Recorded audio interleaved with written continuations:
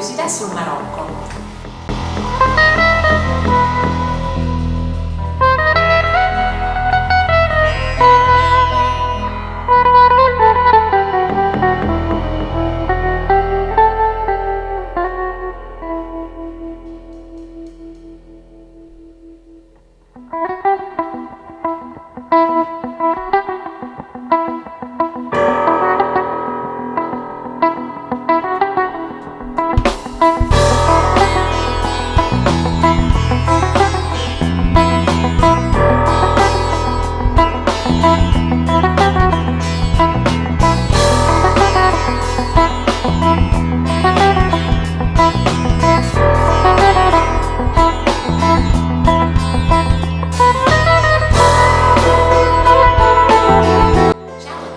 E benvenuti in questo nuovo video. Nel mio scorso video sul Marocco mi sono dimenticata di inserire la città di Rabat. Mi è stato riferito da coloro che mi seguono che Rabat mancava nel video sul Marocco e le città imperiali. Qualche amico mi ha anche chiamato per dirmi che Rabat non c'era nel video. Così eccoci qua con un altro video sul Marocco dove vanterò le meraviglie di questa cittadina e condividerò nuove curiosità sul Marocco. Bene! Cominciamo! Il Marocco è così ricco di cose da fare e da vedere che potrei fare un video solo su ogni singolo luogo che ho visitato. Se per caso ti interessa, fammelo sapere qui sotto nei commenti. Intanto diciamo come arrivarci a Rabat. Da Casablanca ci sono dei tour di mezza giornata con prelievo dall'hotel in direzione Rabat, che è la capitale marocchina, ma se preferisci andare da solo, il modo migliore per arrivare da Casablanca a Rabat è in treno, che richiede 1 ora e 7 minuti e costa circa 7 euro. In alternativa è possibile l'autobus che costa circa 9 euro e richiede 1 ora e 20 minuti. Sia che partecipi ad un tour delle città imperiali, ce ne sono di 3 giorni con Marrakech, Fez e Casablanca, che a un tour di 1 settimana con il deserto incluso scoprirai la grandezza dei siti storici del Marocco, quindi le città imperiali, e Rabat sarà compresa nel tuo tour. Rabat è la seconda città più grande del Marocco dopo Casablanca. La città si trova al centro tra un fiume e l'Oceano Atlantico. La parte più storica della città di Rabat è la Medina. Rabat si può visitare anche in un giorno solo, ma se ami il mare o anche il surf, allora ti consiglio una visita più lunga.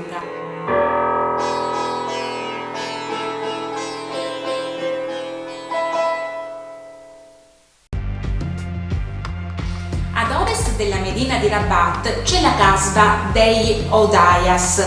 Questa è stata la mia attrazione preferita nella città di Rabat. L'imponente porta monumentale Bab Oudaya è uno dei più bei monumenti moreschi della città. Fu costruita nel 1195 dal sultano Almohade Yaqub al-Mansur ed è considerata come la porta più bella di tutta Rabat. La caratteristica principale è l'arco composto da 3 diversi design, la tipica forma a ferro di cavallo, un disegno curvo di forme geometriche tutte intrecciate e decorazioni con iscrizioni coraniche in caratteri arabi. Entrando nella Casbah si nota immediatamente l'influenza andalusa. I muri uniformemente ricoperti di calce, piccole case dipinte di bianco e blu ovunque, strade acciottolate, porte massicce con modanature colorate e ferro battuto. Anche l'atmosfera è fantastica. Dopo aver scattato alcune foto e comprato dei souvenir come ricordo della mia visita, proseguo la passeggiata fino a raggiungere Plateforme du Sémaphore. La vista da questa ampia terrazza è fantastica. Sul lato sinistro c'è una spiaggia dove tantissimi ragazzi sfidavano le onde dell'Oceano Atlantico. In passato questa terrazza veniva utilizzata per la difesa della fortezza grazie alla sua posizione elevata che permetteva un'ottima visuale, soprattutto per attacchi provenienti dal mare.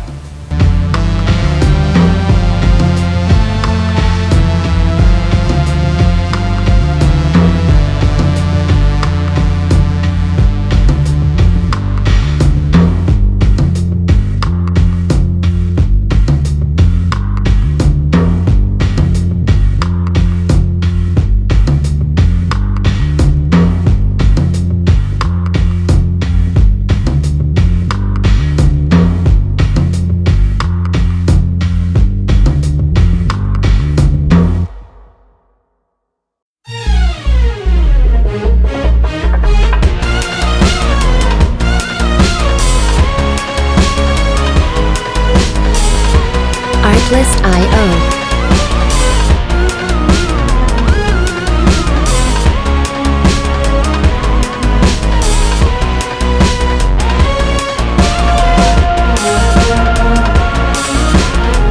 Questa pausa rilassante, la mia visita è continuata alla Torre di Hassan, che è il minareto di una moschea rimasta incompleta, nonché uno dei simboli storici più visitati di Rabat in Marocco. All'esterno della torre ci sono delle colonne in pietra, circa 340, che avrebbero dovuto sorreggere il tetto della moschea. Queste colonne sono state in parte risollevate dopo campagne di restauro. Prima di accedere a quest'area potrai ammirare le guardie reali marocchine vestite in pompa magna invece delle uniformi militari standard. Rabat è l'unico posto in tutto il Marocco dove puoi vederle. Le guardie reali si trovano proprio all'entrata della Torre di Hassan e del mausoleo del re Mohammed V, nonno dell'attuale re del Marocco. Il mausoleo, con la sua straordinaria arte islamica che adorna il luogo, si può visitare, così come girovagare per la zona ed ammirare la Torre di Hassan e le colonne che la circondano.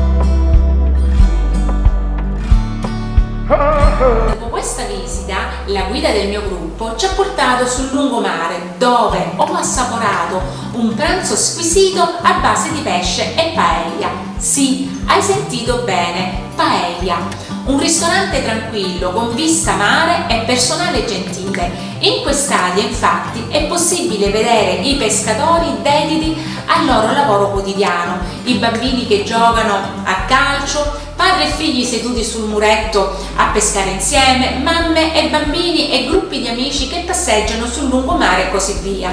Un lungomare grazioso ed un ottimo posto per osservare la vita quotidiana di Rabat. Il mio giro di questa città finisce qui. Ti lascio alla visione di qualche altra immagine per ammirarne le bellezze. Non dimenticare di lasciarmi un like di supporto e noi ci vediamo alla prossima. Ciao ciao!